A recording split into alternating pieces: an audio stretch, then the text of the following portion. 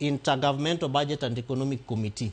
To intergovernmental ni en manyiso matine ni okelo national government and county governments to gibet piny to gi lalre e weche mag omenda, weche makaka budgetary po bedni timo.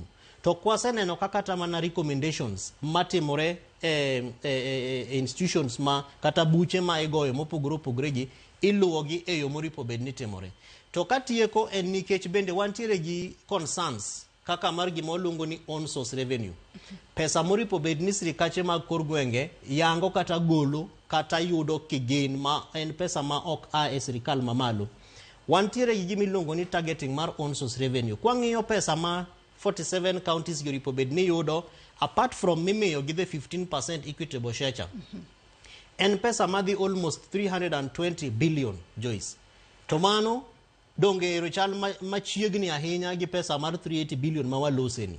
Manyiso ni ka counties inyalo mi 380 billion or 400 billion, makendo gini giwegi gichak giyud 320 billion, manyiso ni counties will have almost 700 billion shillings for devolution.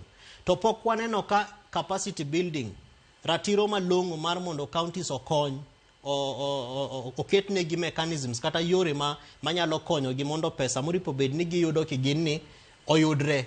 To ma en bende gima counties ok nyal timo kendgi.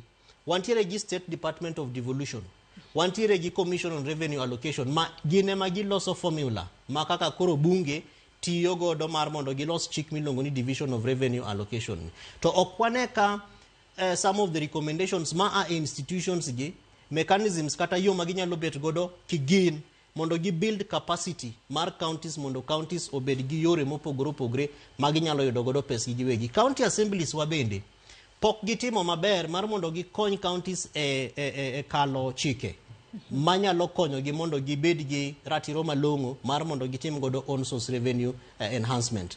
To for example kaka